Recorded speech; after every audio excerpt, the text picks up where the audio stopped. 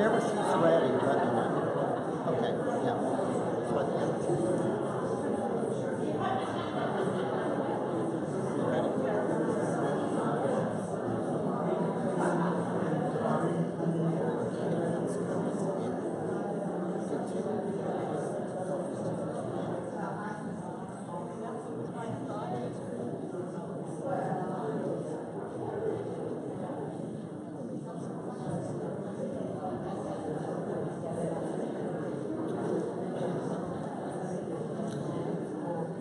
Good evening, everyone. Hopefully our candidates are coming in shortly. Oh, here they are, yes. Thank you, Tim. Just three of you, if you come up on the stage.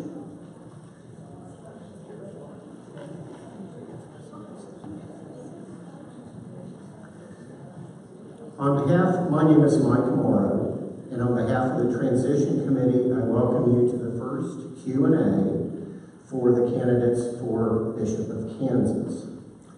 To my, make sure I've got them in the right order here, to my immediate left is the Reverend Martha McGill. To her left is the Reverend Dr. Helen Swobita Barber. And at the end is the Reverend Canon Kathleen Bascom.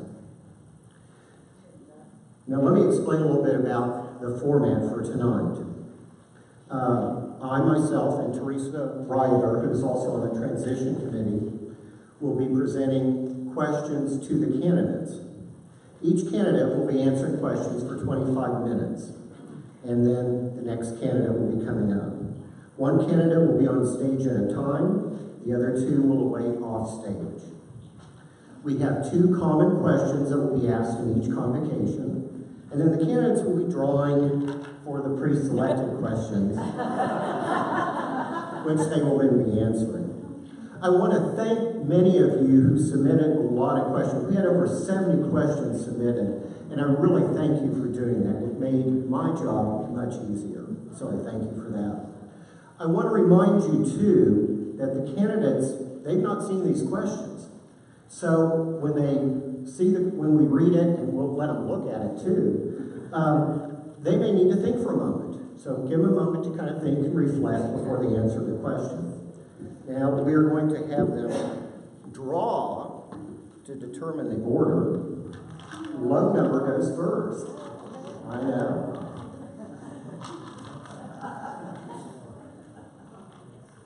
Okay, Martha, you have 17. 32. 32. 29. Okay. Helen will be first, Kathleen will be second, and then Helen will be at the end. So I'll stay.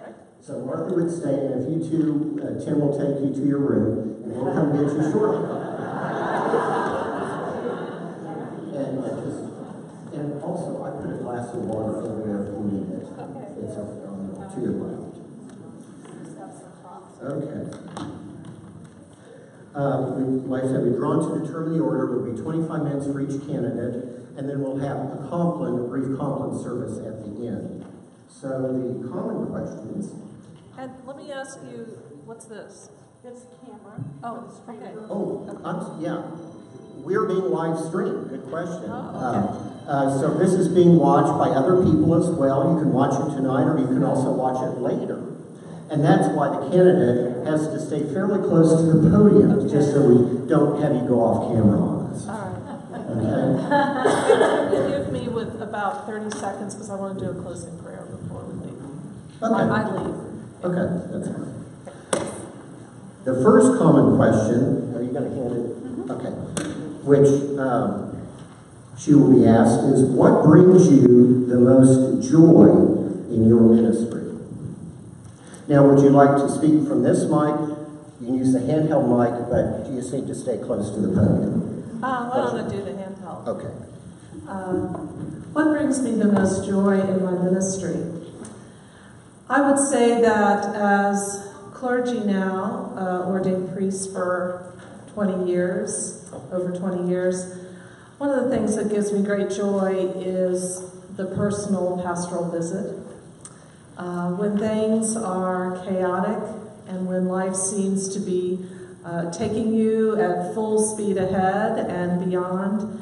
And I start losing kind of my foundational balance as a person of God. I find that the very best thing that I can do is to visit someone in the hospital or make a home visit and sit by someone's side and be present with them.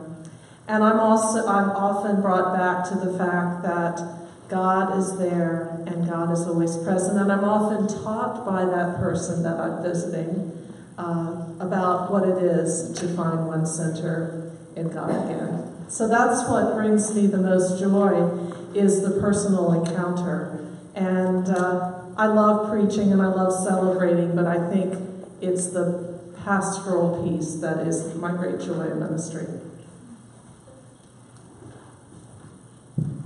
And you can look at this written copy after I read it to you. But the second common question, Proverbs 28 tells us that if someone conceals their faults, they will not prosper. What do you consider to be your greatest shortcoming?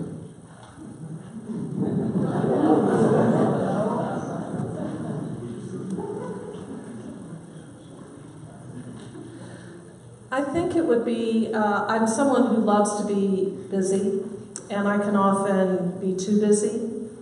And of course that's a challenge as the bishop, is to know how to stay centered and not too busy when so many things call you.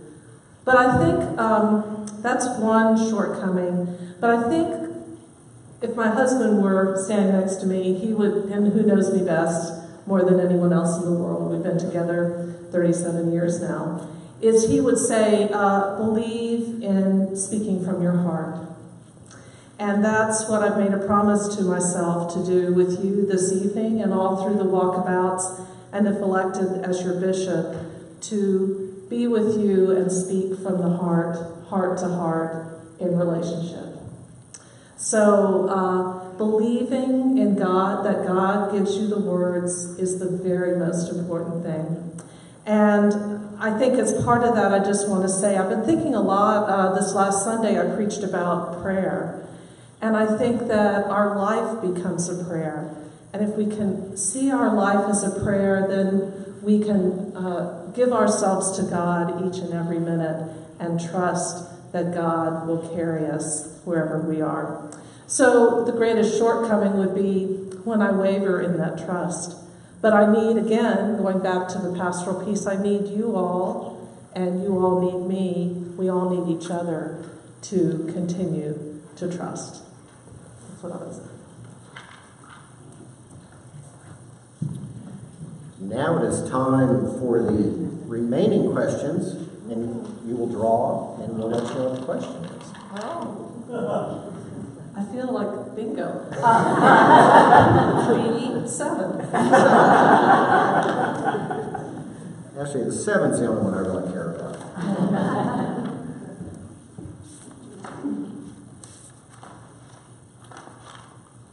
What are your priorities for stewardship of diocesan monies?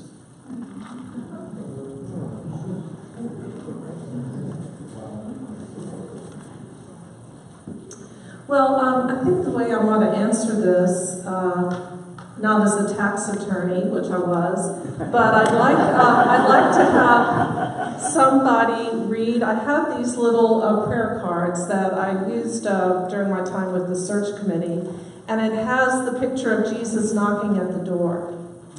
It's the famous picture in St. Paul's Cathedral. And I put on the back two scripture passages and a prayer that are particularly important to me. Then my name's not on here at all, not associated with my name. But I'd like somebody, and I know I'm going to have to go off camera to do this, I'll give you the mic, to read the second quote. Could I have a reader? Okay. You read that second quote, and you can keep that for reading. Do not store up for yourselves treasures on earth, where moth and rust consume, and where thieves break in and steal. But store up for yourselves treasures in heaven, where neither moth nor rust consumes, and where thieves do not break in and steal. For where your treasure is, there your heart will be also.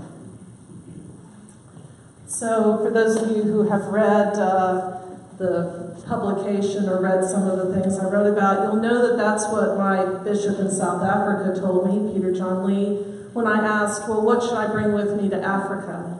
And he said, do not store up for yourselves treasures that rust and that moths eat, but bring your treasures of your heart. And so thinking about the diocesan resources and stewardship, people have to, again, going back to the heart, have to be touched in that place of generosity of spirit.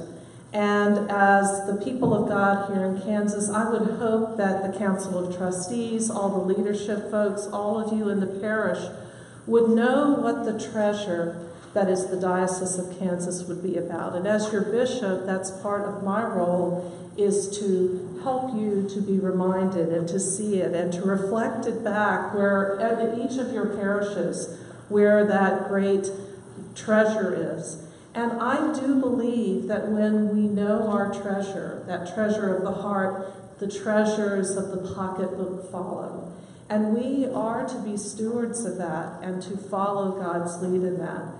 So, of course, I would use all of those things that I've learned from being a tax attorney and an administrator and a rector over many years of good stewardship and accountability and transparency.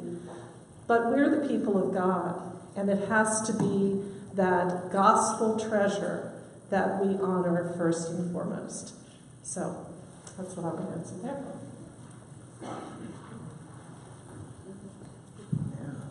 The next bingo drawing. All right.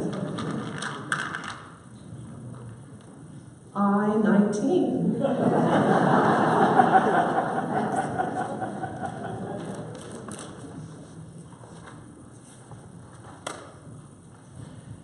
At General Convention this year, the church addressed the issues of sexual harassment and sexual abuse in the church.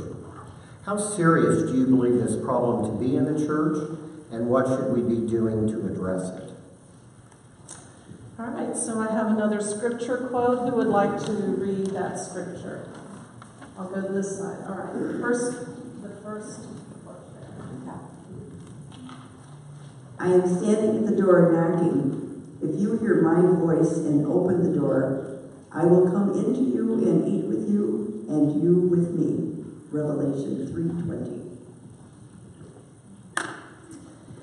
So I believe that this is where we are now as a people in this country, but also as a church, or in that place where Jesus is asking us to open the door to things that have been secret for so long and a place of shame.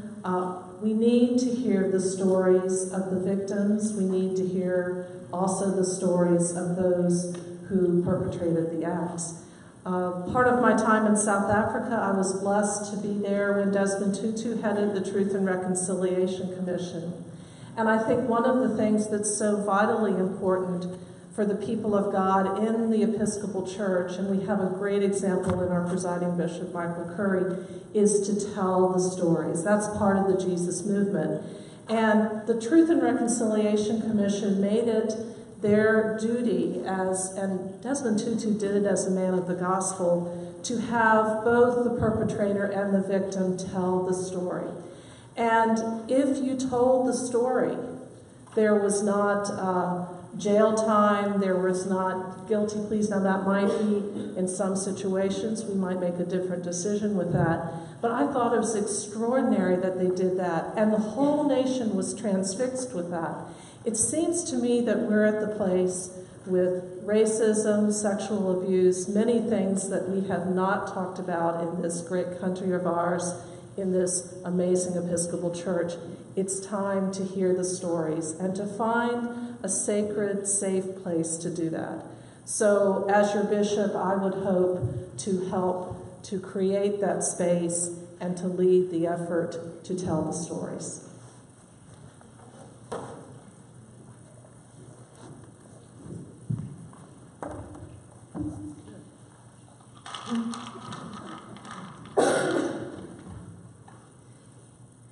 In 37. Bingo. And 37.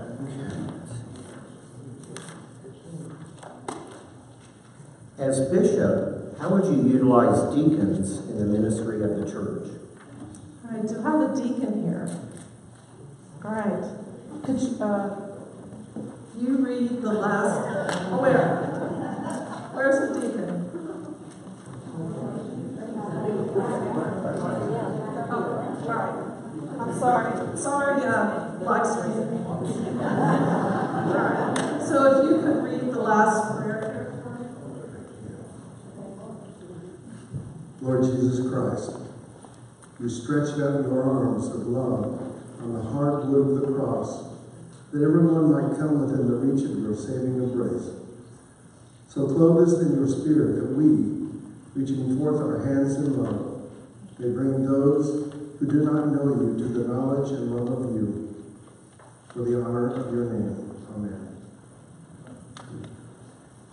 So that is a prayer. I'll try to get up to the live stream communications director. That is a prayer from Charles Henry Brent, 19th century missionary to the Philippines, and our holy women, holy men. It's one of my very favorite prayers, and I think it captures what the diaconate is about. Lord Jesus Christ, you stretched out your arms of love on the hard wood of the cross, that everyone might come within the reach of your saving embrace. It's calling those in the church to see what that is, to walk the way of the cross, and then reach out those arms of love out into the world to embrace all. So I see the diaconate as equal to all the other parts of ministry, the other three parts, the laity, the priesthood, and the office of bishop. The deacon should be equal in stature, in servanthood. We all should work together collaboratively, but the deacon is that one that brings us out into the world and draws the whole world into Christ's love. So, thank you, deacons. Very essential part of the church.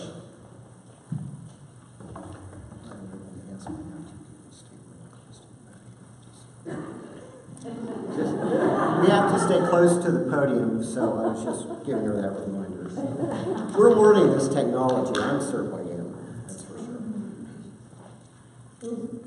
It's blank. What does that mean? It means I can ask you. Oh, okay. It's blank. You, Lord. That is B3. Oh. That was the one bingo number that was not very well done. Tell us what difference following Jesus Christ has made in As a child of older parents, an only child, my mother died when I was 13, all of the wonderful hymns became just a part of my heart and soul. And I lived a block from the church, so I would go up Saturday morning and come back, go up Sunday morning and come back. My parents often didn't go to church, but I went to church. And so it became, when my mother died, really the place that I found home. And I found that Jesus was there with me. And I found that through the hymnody of the church, but also the liturgy. So if you ask me,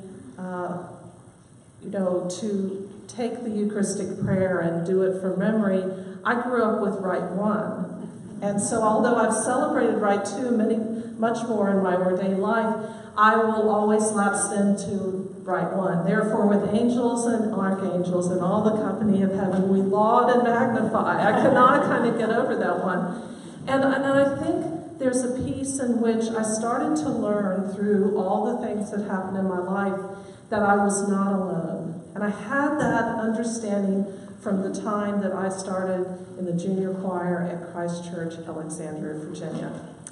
And so there's this part of the Eucharistic prayer that has come to mean more and more to me, and I really do wish that Charlie Price and those who put the 1979 prayer book together had put this from Rite 1 into Rite 2. And it's that part where we say, and here we offer and present unto thee, O Lord, ourselves, our souls and bodies, to be a holy, reasonable, and living sacrifice unto thee. And then that we become part of Christ as Christ becomes part of us, so that we are never alone and we never need to fear. So through all the ups and downs and leave-takings and deaths that have continued in my life, the new life that has come, the birth of my children and now my grandchildren, I know that I'm never alone, and Jesus is with me. It's made all the difference.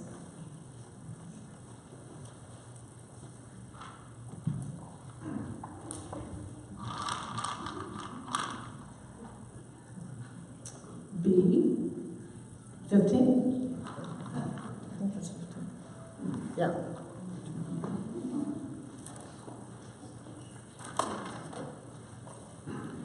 What do you believe the 10th Bishop of the Diocese of Kansas should do to get young people, specifically young adults, involved in the Episcopal Church?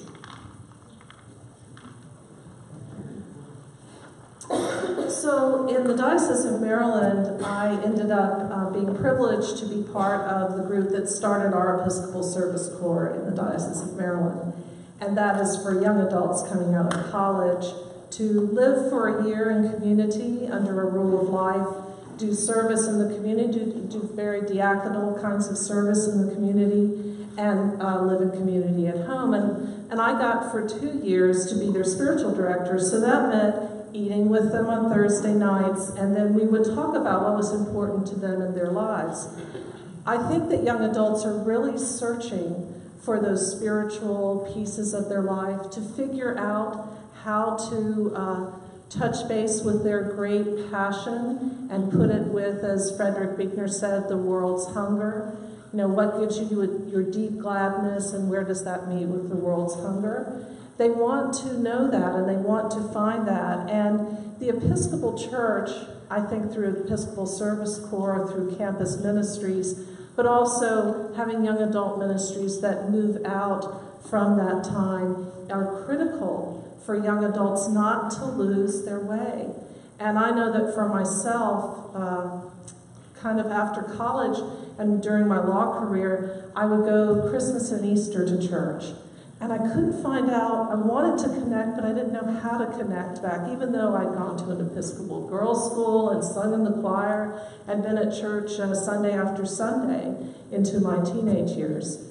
I was desperately looking for someone to invite me in. And so I think any kind of ministry that involves food is a great way to do that. But I think it is really important to talk about those issues that young adults are seeking, how they can make the world a better place and find hope in the world. So vocational work, I also teach ethics at Frostburg State, and that's in Western Maryland. And I have 60 students right now, and we talk a lot about vocational issues. We use Parker Palmer's Let Your Life Speak as part of our ethics course, because they will let their life speak into the world. Their life will be a prayer that gives hope. So I think that that's critical, and I think as bishop, you all have great campus ministries and a very strong foundation, and I would want to, as my schedule permits, visit all the houses that are part of our college ministry, but also see how we can move forward with some kind of young adult ministry. And young adults love service. So deacons, if I'm elected bishop, get ready.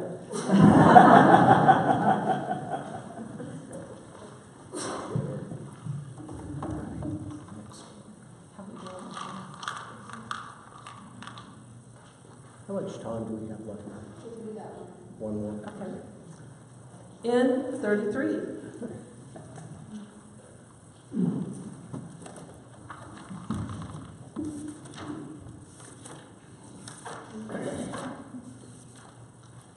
What are your thoughts about contemporary music to enhance and enrich service? So I'll say a little bit about my time in South Africa as part of this answer, because I grew up in a very middle way Episcopal church. We sang sometimes from the 1940 hymnal, generally from the 1982, very rarely from Wonder, Love, and Praise or Lift Every Voice and Sing. So when I went to South Africa, I went to St. Francis Walkerville, and it is a church that was just outside of Soweto in a formerly historically English part of outside of Johannesburg of South Africa. And many people from Soweto from the townships were moving into Walkerville. So in our church, we had 5 hymnals, and on our hymnal board, we had different colors for the hymnals. We sang out of hymns ancient and modern, which really messed with my mind, because if you've ever lived abroad in England, you know that some of our hymns here have the words to familiar tunes, but not the tunes we know go with those words. So that was exciting. And then we sang from a charismatic book, and then we had a St. Francis handbook, and then we had the township praise music, and then we had some of our youth music. So we had all kinds of different ways to worship, and I was really forced in a way to understand how to be flexible, and many people find their way to God through different forms of worship and music. And I think part of the challenge of the Episcopal Church is to be open to that. You see that at General Convention if you've ever been, but it's something that anytime you go to a different part of the world, you start learning. So one of the things I just wanted to add is that people really want to see that the church is expanding, but not everyone can understand how that works. And so I was recently at the pool that I swim at Frostburg State, and I was getting out of the shower. I had my towel on, and a lady that swims with me came up to me, and she knows what I do, and I know she's a Methodist, and she said, well, I want to ask you a question. I don't understand if people of Islam worship the same God that the Christians do. And I was in my towel, you know, and so like that. And that's how those questions come, right? And it's kind of like, well, what do you think about contemporary music when you're in your towel? And so I said without thinking, well, we worship the same as a part of the Abrahamic faiths. We worship the same God. And then she said, well, but they don't believe Jesus is the Son of God. So I said, well, they believe he's a great prophet. And then she left. But what I was thinking about, and this applies to contemporary music, is that we have to start thinking not either or, right or wrong, but both and. And so it takes leadership to let everyone understand that we'll sing Lift High the Cross, sometimes from the 1982 hymnal. We might sing Right On in Majesty from 1940 to the good tune. And then we might sing Lift Every Voice and Sing from that great hymnal. And then we might do an African chant or a Latino service music. So I think it is both and. So, do a prayer. So it's been a real privilege being with you, and sorry about moving around all over the place. So this is what I do when I teach too. But I wanted to end with my very favorite prayer from the prayer book, and it's a prayer for the evening. Let us pray. O Lord, support us all the day long, until the shadows lengthen and the evening comes, and the busy world is hushed, and the fever of life is over, and our work is done. Then in your mercy grant us a safe lodging, a holy rest, and peace at the last. Thank you. Amen.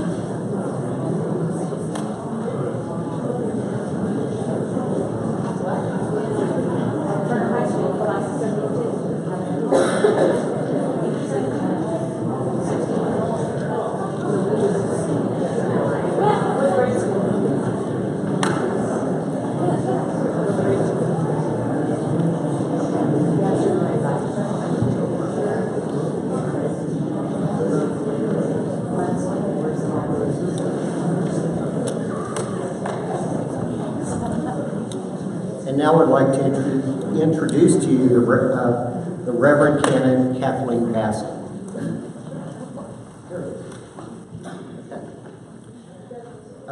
As I indicated before, we're going to start out with the 2 common questions, and then she'll be drawing from the bingo numbers for the rest. So the first common question is, what brings you the most joy in your ministry?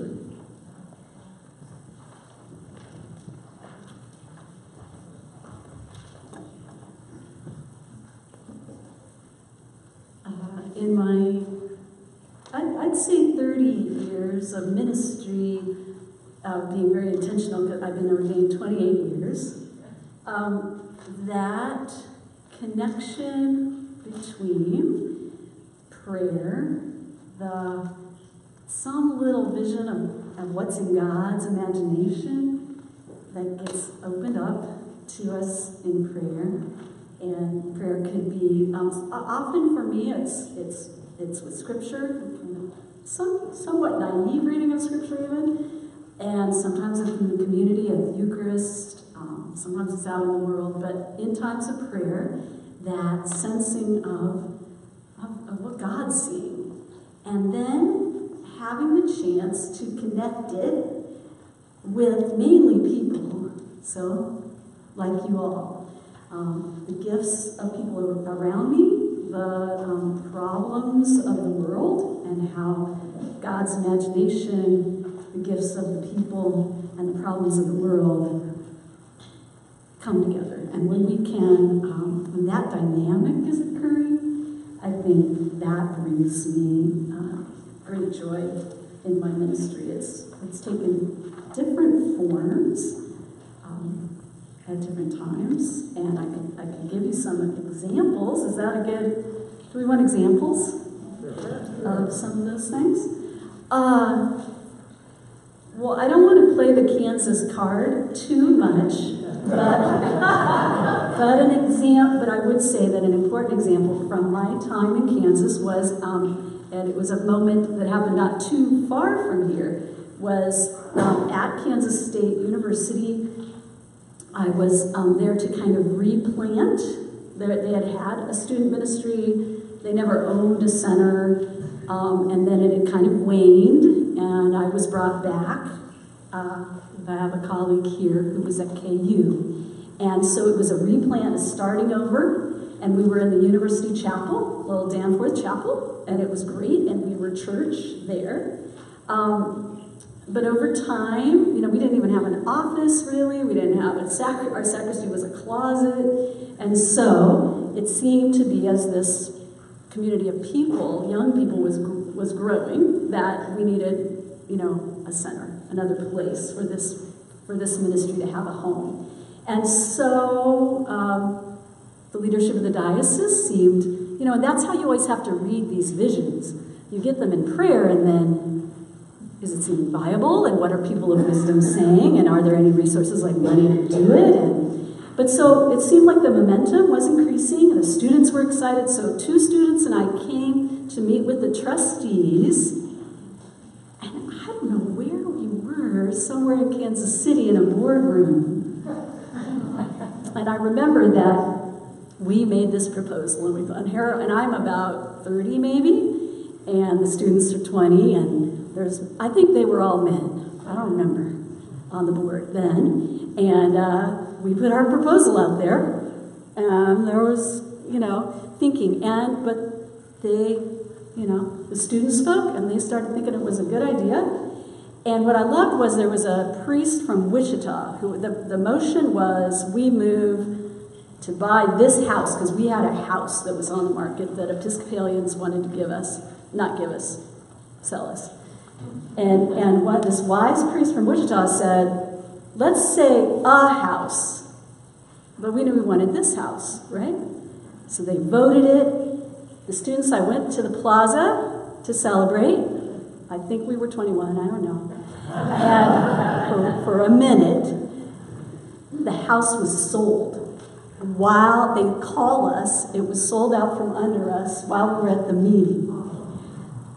A house across the street, it's better. It's the one you now have. It opened up. It's bigger. They sold us at way lower price than it was. And if that priest from Wichita hadn't said a house, we would have been out of luck. But I'm glad to go see it in just a little bit. So that is one example. Another one, which is one of my favorite things of more recently, and gives you an insight into some of my passions. I was dean of the cathedral in Des Moines, a very small cathedral, but right in the heart of the city. So a busy cathedral. We had just endured bad flooding in Iowa. There's only 1/100th of the tallgrass prairie left in Iowa because of that fertile farmland. We get a lot of rain, unlike Colorado where I'm from, and western Kansas where my people come from. A lot of rain, lots of flooding. And the poorer parts of our cities tend to be the people, who can't afford to get up out of the floodplain. They get hit the worst. And so the cathedral was working on all that. We had this dilapidated old parking lot downtown that needed repair. And it was going to cost, $80,000 to do nothing but tear off asphalt. And so somebody said, "Can't we do something better?" And we decided to work on a green space that also modeled best practices and brought back in native prairie, make it a downtown place for prayer, beautiful prairie plants, and also it keeps 12 swimming pools of water a year on that land instead of going into the rivers.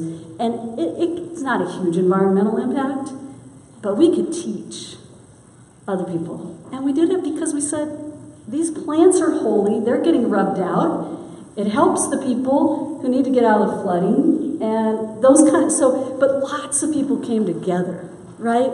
It was some architects, some professors from Drake, the mayor kind of got behind it, and gardeners, the people on the ground, you do that stuff and somebody's got to. But so it did come into being, it was stressful at times, but those kind of moments when God shows us something new and then brings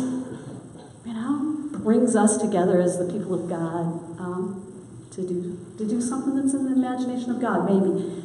Do you ever know completely? It's arrogant, I think, of any clergy person to say, I know, I've got God's vision. Well, no, but you got to be faithful, you got to try somewhere, and you do trust that others say,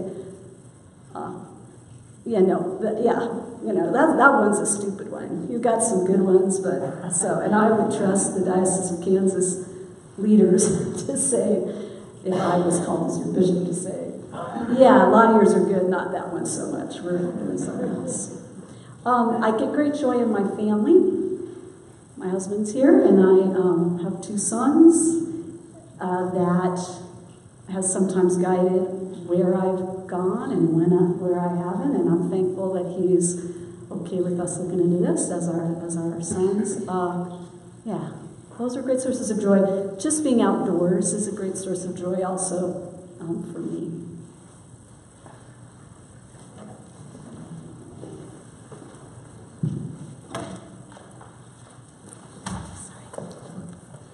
The second common question, Proverbs 28 tells us that if someone conceals their faults, they will not prosper.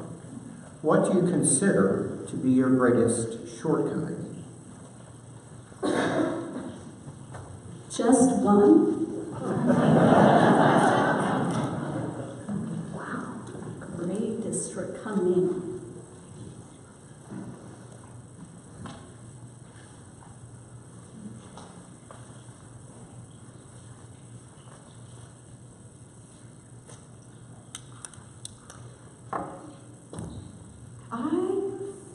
One of the ones that I think might have the most impact, and I would hope that if called to the episcopate, that the Holy Spirit would really empower this. I do believe that I could be a better listener, and that has pretty deep.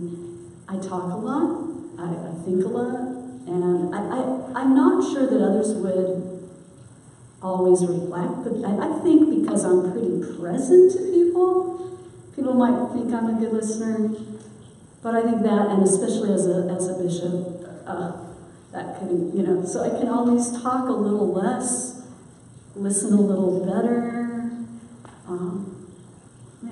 notice a little bit more. So, yeah, that deepest shortcoming, I would say that's one. I mean, is it up in sin? Probably sometimes because, self-centeredness, if you're not listening to your brothers and sisters, you might not be loving them as deeply as you could be. I have others. Shall we go on?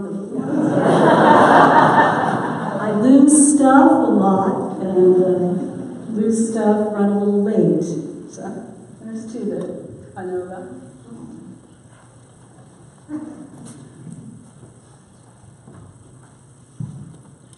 Now it is time to pick your questions from the bingo ball.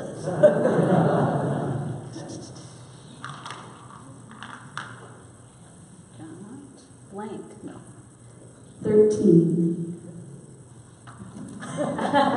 Good, I'm not suspicious. That's true. Superstitious. As bishop, what would you do to build trust between you and the clergy?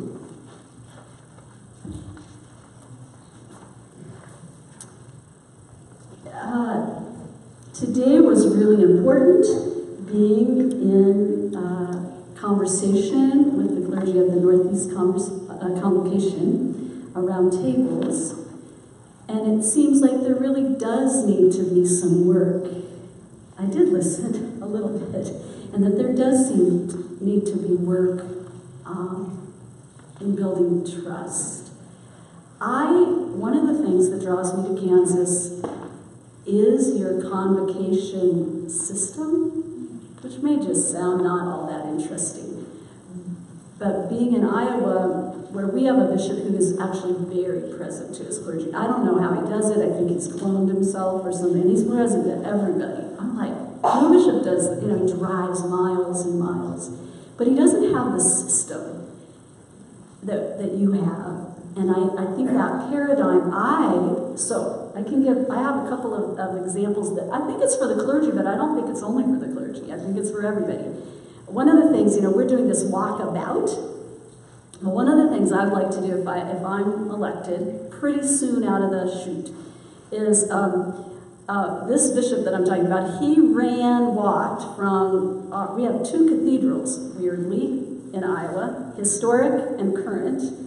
And he walked and ran from Davenport to Des Moines. That was in high school. He was like the fastest kid in New York or something. So, and people would come along, but it was a great thing. So every parish near would come down. People could walk with him. He'd talk. So he did that. When I went to the cathedral in Des Moines, I did listening teas. I actually meant to bring you guys shoes for these, right? The running shoes and the pumps. But anyway, I did the listening teas to get to know these people, and they could come at different times, different schedules, different formats, to get to know them. I would like to come and do walkabouts 2 and 3 and 4, maybe. Go to each congregation as the bishop, bring both my tennis shoes and my pumps, because, there's Kansas City and there's rural play boots, wellies, I don't know. And I want to walk about with the clergy and be there for some time. I'd like to find a place to stay in the convocations, and I don't know how long we do that, to be with each person in the parish, know their stresses, know their resources, know their gifts. Let the people come, and know your partners. Who's in your community? What is it like? What's going on in Overland Park these days? What's going on down southeast? And then I would like to really do that, maybe regularly. Maybe part of bishop visitations is to go and stay not only for a convocation meeting, but quarterly, really stay for a while, and get to know the clergy, and then bring them together. I was struck that clergy here, you've got a lot of gifts, and I imagine that you meet once or twice a year as the clergy. Who am I looking at? Mary? Clergy conference, kind of, or I think one of the greatest ways to build a relationship between the bishop and the clergy with each other is to bring in, to tap who's doing what great in the diocese, and go ahead and lift them up to share that with other people in the diocese.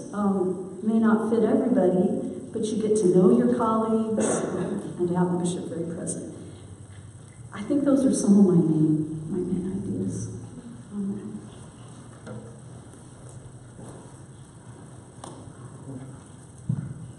Yes. I don't need those, do I?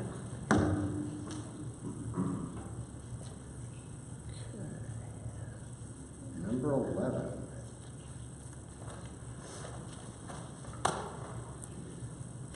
How often would you as bishop visit parishes in the diocese?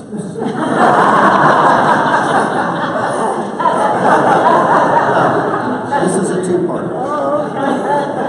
Would you restrict visits to Sunday services, e.g. confirmations, or would you schedule more casual visits, not just on Sundays? No, you're not really saying. I just answered that. I think Do we that's close think? enough. Yes? Okay, yes. Mike's our leader, so he gets to decide. That's fine. That is true.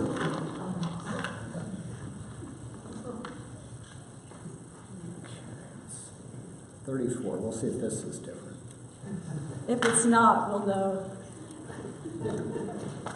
How can we make the church more inclusive for persons with disabilities?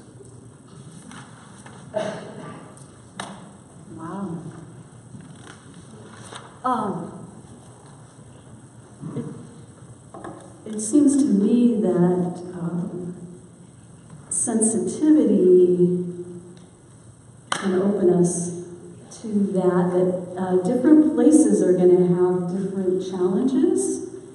I was inspired here at St. Thomas, meeting Eric, I believe was his name, and learning about what's going on here at St. Thomas with some folks with disabilities. I know that the cathedral, we had a lot of issues with hearing, you know, but we worked really hard on having systems at the back and like hearing things that helped people come in and hear, because it was a beautiful space, but if you can't hear the preacher, or so deafness was an issue that we worked on. I know many of our places, just in terms of getting to worship, you know, I imagine you're almost all accessible to this point. But where are we in the community with people with different kinds of disabilities? And I don't know what all we're talking about, but the kind of vision I have about parish and that we're not just the church in the building, we're in our neighborhoods. You know, what's going on? What kind of disabilities are most present in the community, and how are the people of God there working with them? I would probably count kinds of addiction as disability. I think that's a place that we can really be present, and many of our churches are. How are we advocates in the schools? One of the things that I would hope is that our public witness in the years ahead increases. And I think that schools are a huge place that we often can do that, being engaged in making sure that our children, you know, all of them are getting served, kind of helping things happen for them to make sure they're included. That's a place where like partisan politics don't come in. When we talk about public witness, I think there's an awful lot of things we can do in this rather polarized climate. It's still public witness as the worship, you know, the work of God's people that we come together. And maybe disabilities is an area, things we can tackle in different places for different kinds of folks.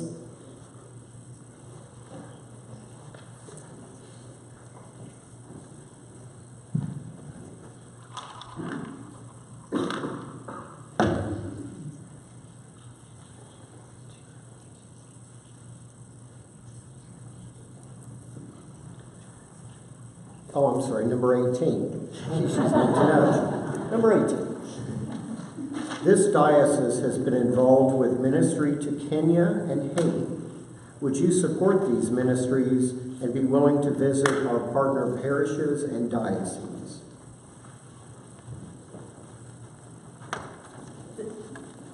This is an area of great excitement for me.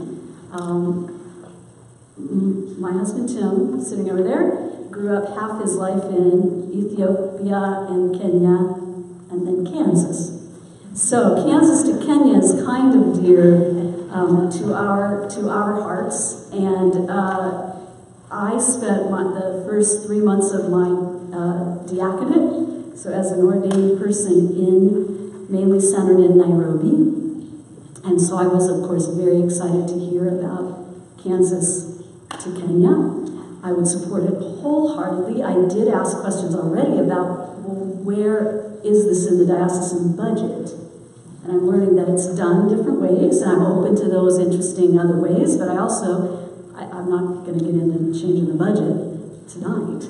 So, that would be suicide probably. But I sure would be open, I think, and I wasn't sure about do we have companion dioceses? Because I'm not sure that, do we have a formalized, so I think, anybody here do the Kansas to Kenya? Is it, and it's Diocese of Nakuru, but is it a companion diocese relationship? No. So in Iowa, we have been really blessed that the Diocese of Swaziland, the Diocese of Iowa, and the Diocese of Dundee, Scotland, have a three-party relationship. And we share resources, and people go back and forth. And, one of the things I'm really clear is that we have a lot to give and we have a lot to learn from people around the world. I know less about Haiti, but have been moved by people I know who have gone there, especially with dental and medical clinics, and so much to learn there. Just this week, the ECHO bishops of Kenya came together, and not of Kenya, of Africa. So the leader is from Swaziland, and there were about 10 dioceses in Africa represented. They called for environmental issues to be high on the 2020 Lambeth Conference agenda, in part because they're suffering terribly in the south from drought. And I don't want to hit this environment. I would do whatever, it isn't just about environment. It's about those global partnerships.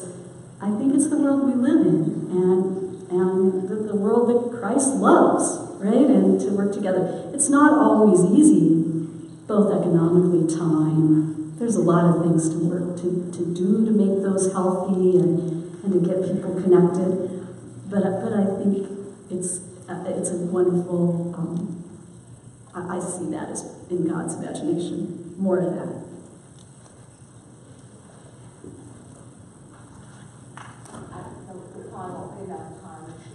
Okay. Yeah, if you just want to offer a brief. The Lord be with you. And also with you. To be here together, and I just ask that your will be done in this process, and that we all might catch a vision of what you know Kansas has in store. I pray again that you reveal yourself to these people for the best leader to lead alongside them, that you guide, direct, in Christ's holy name. Amen.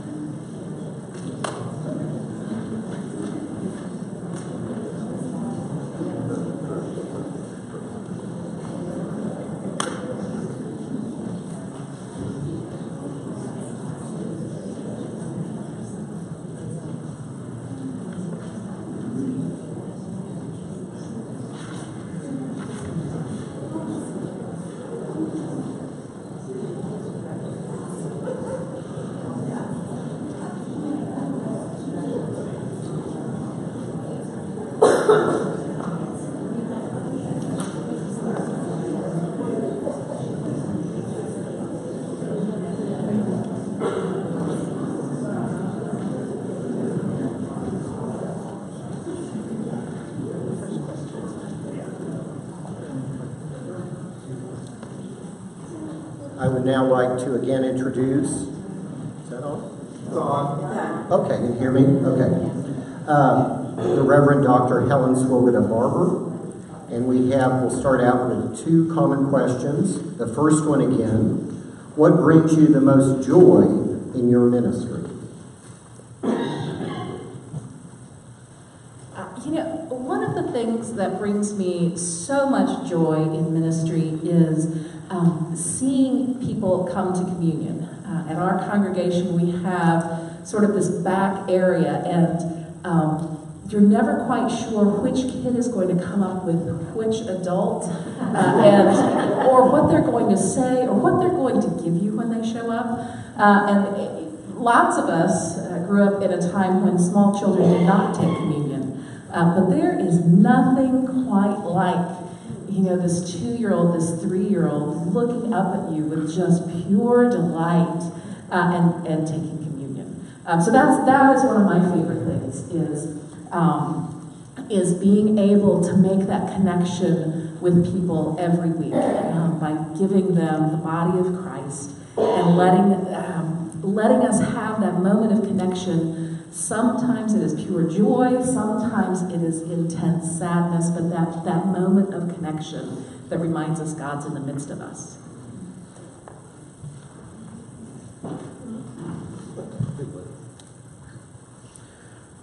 The second common question, Proverbs 28 tells us that if someone conceals their faults, they will not prosper. What do you consider to be your greatest shortcoming? Well, I have several. If you want to know more, you can talk to my husband, Sean, who's over here. I do have several. One of them is I have terrible handwriting.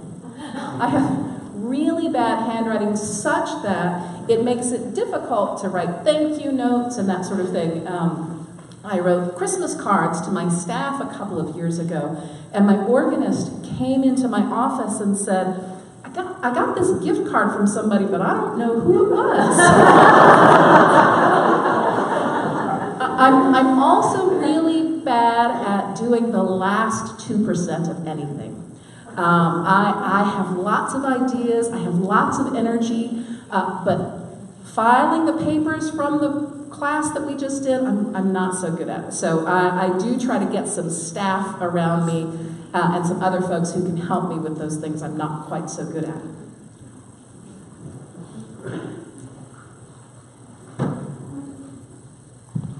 Now we begin with a drawing of the bingo.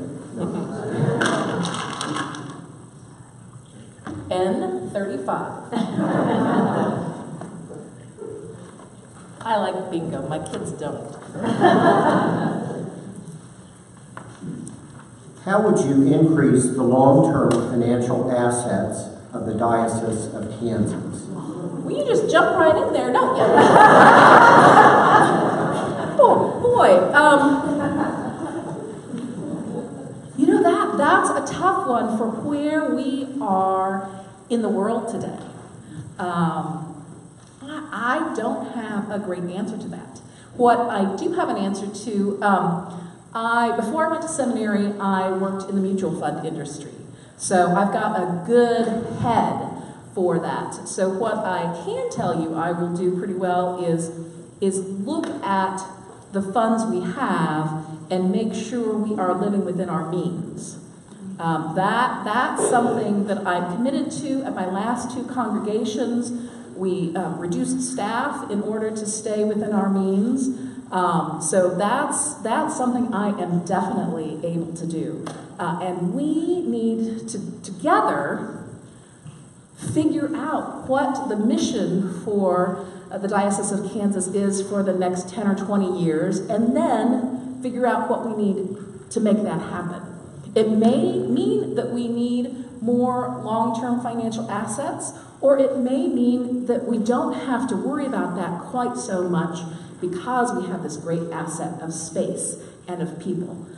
So I'm not ready to commit to increasing necessarily our financial assets, but what I am willing to commit to is I will be very faithful about keeping us living within our means and seeing what our mission is and making sure we have the resources to follow the mission God has called us to.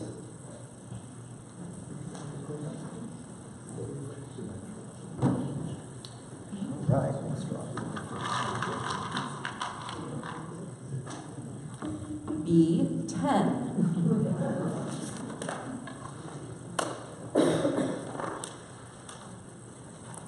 What administrative experience have you had in making hard decisions? Please provide an example.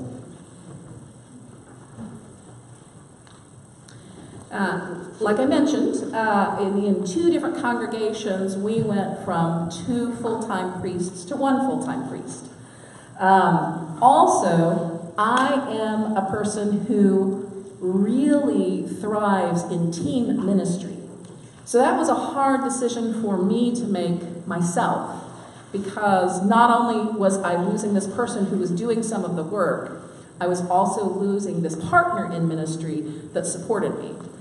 So those were hard decisions. I also had to work with another staff person who wasn't working up to the criteria we needed him to work. And so the warden and I sat down with him, gave him very clear boundaries of, in the next 60 days, this is what we'd like you to do. And if that can't be made, then there are consequences and we'll need to let you go. And coached him through that to give him the possibility for success. Didn't make it, and so we did let him go. So I've done difficult administrative decisions, both sort of big picture and little picture.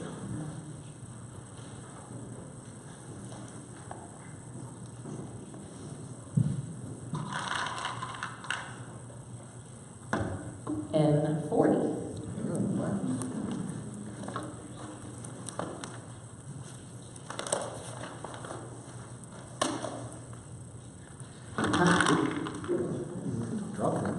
How do you envision the Diocese of Kansas supporting parishes in children's formation and adult formation?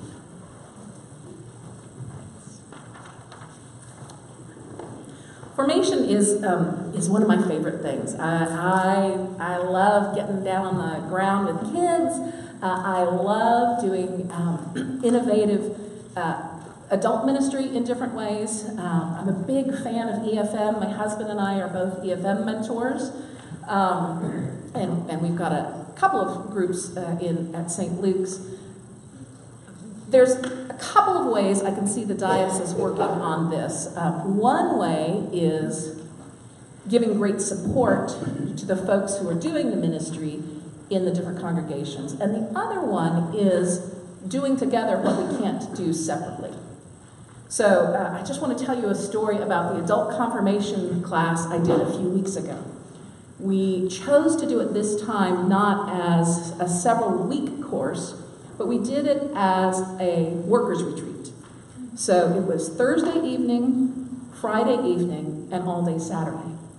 And because it was so condensed, and because we're a larger congregation, we opened it up to our version of convocations.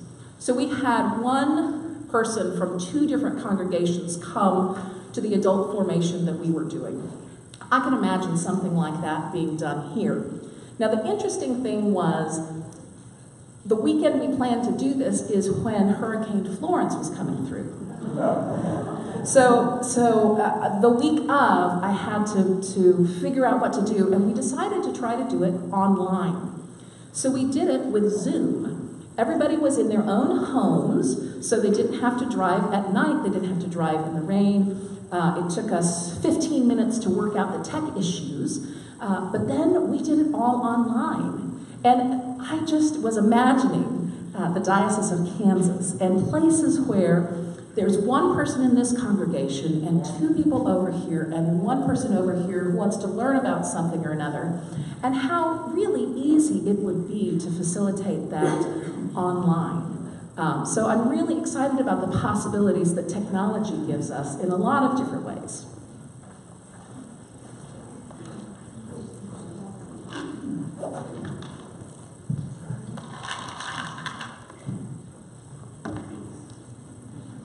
B8.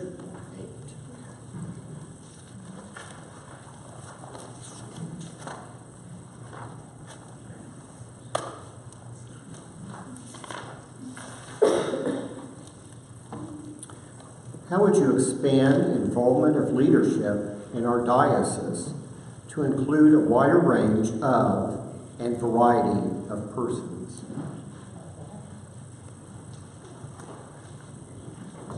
Again, I think technology is a good possible answer to that. Whether it's people that work during the week so can't get off for a Tuesday meeting, or whether it's folks who don't really feel like or have the ability to drive that 2 or 3 hours to a meeting, technology allows us to be in contact in that way. So I have worked with groups. I coordinate Women Embodying Executive Leadership. It's a cohort model encouraging women to consider a call to the episcopate. And so we meet together in person in the beginning, and then we have Zoom video conferences after that. And so I think it's a pretty effective model, and I think maybe you're doing some of that in BKSM. I'm not quite sure, but some in person to get to know one another, and then a lot of more meetings that are technology-based. And inviting people. Inviting new people in is a really simple answer. There are many opportunities, and just opening our eyes to new people who can do it is also a good possibility.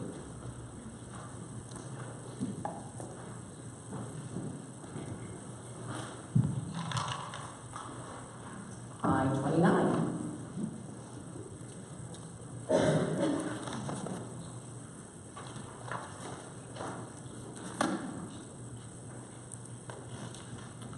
What ideas or vision do you have for the Episcopal Church as the body of Christ in a changing world?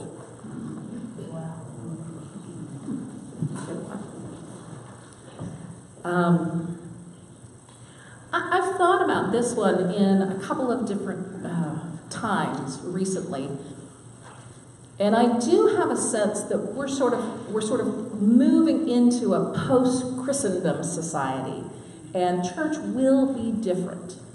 And I'm not sure what that will be like, but at my previous congregation, I was working towards that. So we were a fairly small congregation, but had some really vibrant ministry. We didn't have the people to do all of the ministry that God was calling us to do. And so we invited the community to help us in these ministries. We had a rummage sale that made $15,000 a year kind of thing. We couldn't do it with the 40 volunteers we had from the church, but we were near a college, and we had college students that were very willing to help out for a weekend or two. So one of the things I could imagine the church becoming is a catalyst for community. So maybe 50 years from now, we have a small group of faithful folks who come and worship on Sunday mornings, but a community that affects 10 times as many people, inviting them into ministry in different ways, creating small groups, not just of people who come to church on Sunday mornings, but a couple of people who come to church on Sunday mornings, inviting their neighbors into a Bible study or into a book study.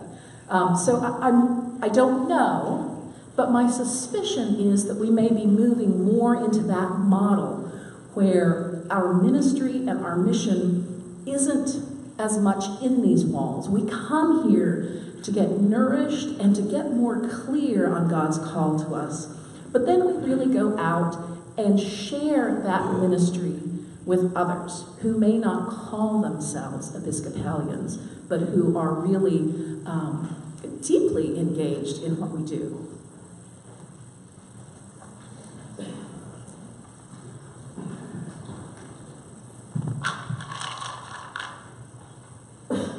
N32.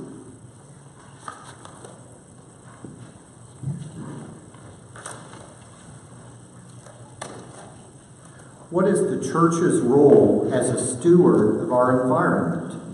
How can we raise awareness of this issue? Yeah, so I live by 7 core values. One of them is simplicity. And part of that simplicity includes this being good stewards of our environment. Sean and I live in a co-housing community and have a super eco-friendly house with, I can't remember the name of our heating system, geothermal heating system. You'll see me with my own glass and not trying to use bottled water.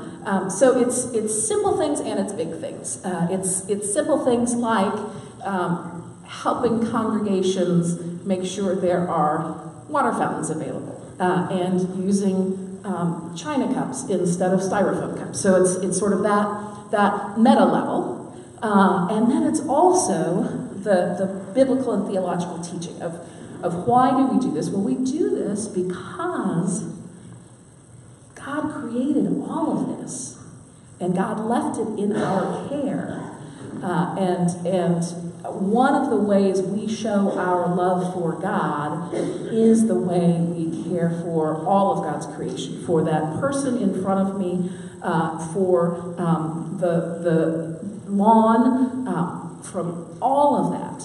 So on a couple of different levels, just that basic, what do we use in our lives, and also that underlying, why does it matter?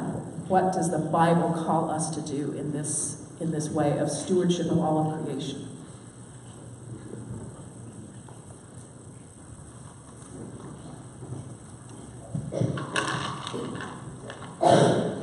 I-23.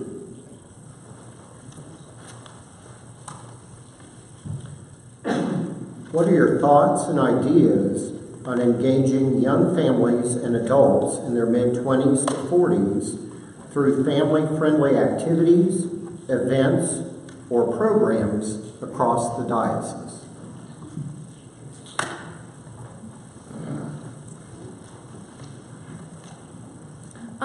I'd be interested in if anything has happened around that here, or if this is just a brand new. I'm seeing some shaking of heads. So maybe it's a brand new idea. It's kind of easy here in Kansas City because you've got the density of folks and you can get together for potlucks or whatever, and it's a little more complicated when you think about the whole diocese. One of the things that the Diocese of Ohio does is get together midwinter and invite everybody in and have a variety of different workshops, which is awesome. And they do it at a water park.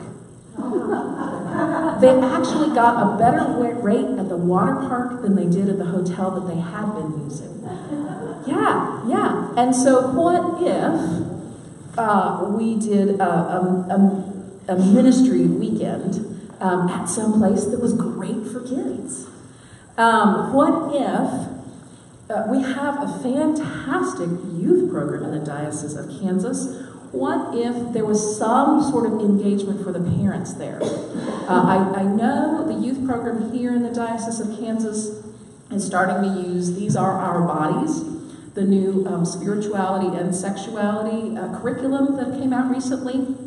We used that at St. Luke's and found it to be a fantastic way to engage the parents of the teens. So they came together and they really built a community in a way that it might be interesting to get some more connection with 20s and 30s and with parents.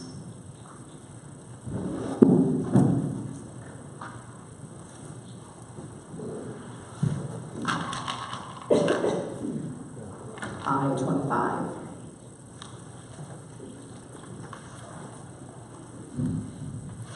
Tell us about a time when you became aware of a clergy person in personal crisis who needed caring support and wise intervention to survive and continue to serve the church. What did you do, and what might you do differently next time? So I do have a bit of a reputation of being a mentor for clergy. So this is a situation that I'm not unfamiliar with. I'll tell you about a recent situation of a pretty recently ordained person, and I know it has happened in Kansas too. Sometimes the jobs that are available are really tough, and it is not a great fit to get a brand new ordained person into some of these really tough situations. But that's where this person ended up. And I've been supporting this person in a couple of different ways and I think I got a text that said, "Can you talk?" And it was a busy time, and so I said, how about next week? And this person wrote back, "Can I just talk for 5 minutes now?" And I knew it was important. So called this person, and tears started almost immediately. And I said, "You're driving, go to the side of the road and let's talk for a minute. Calm down, come to my office right now." And we had a really deep conversation. This person was feeling abandoned, a little bit abandoned by the diocese, and a whole lot abandoned by God. Why would God call me to something this hard? Why would the church treat me this way? And was really having a crisis of faith and getting near saying, I'm done. And so we prayed, and I anointed her with oil, and we talked about next steps. How do you make it through the week? Who do you need to talk to make sure they are on your side? And when we get through the week, how do you get through the month? And do we need to come up with an exit strategy? And what have you been called to? You were not called to this miserable, terrible situation that ended you up here in my office today, but you were called by God to ministry. And let's remember some of that. And so she was able to get in touch with some of those things that God absolutely called her to. And she was able to reach out and ask for what she needed from some other colleagues, and be very clear with the diocese about the problem that was going on and how big it had gotten. I think that's one of the most dangerous things, is waiting too long to tell the diocese. If we can get to a point where we're getting clergy who are willing to come and say, I don't feel right about this, instead of saying, I have to live right now, that would be a big goal of mine as if I were to be called as your bishop.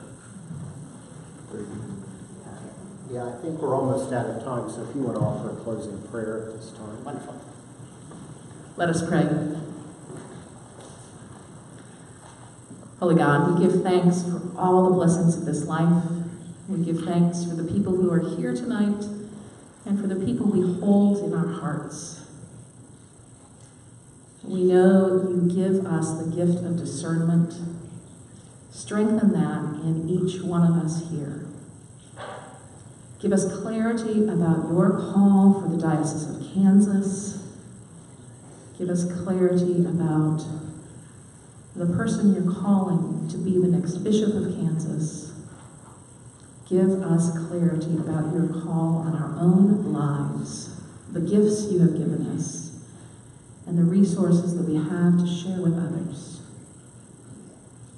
Give us a restful sleep, and give us important work. In Jesus' name, amen. Amen.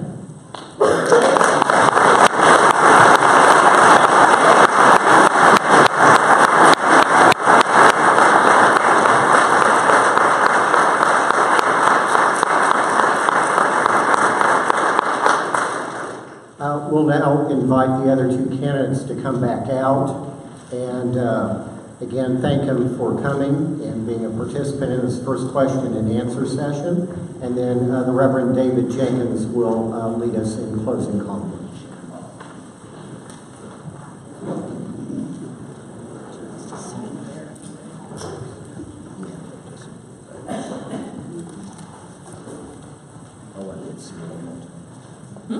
Just get seated. All three of them. I thought you were already seeing me. I didn't turn invisible, did I? I don't think so.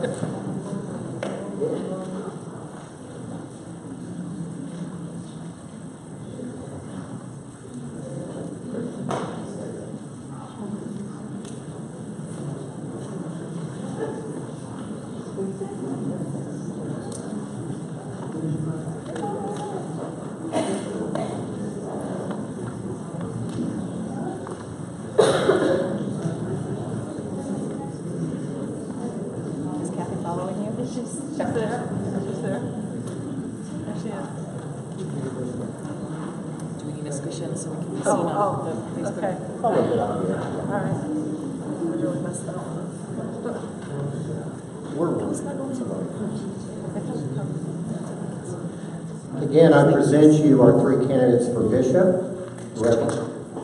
What? We changed order. Oh, I know. I wasn't going to put in my eye. The Reverend Dr. Helen Swoboda Barber, the Reverend Martha McGill, the Reverend Canon Kathleen Bascom. And again,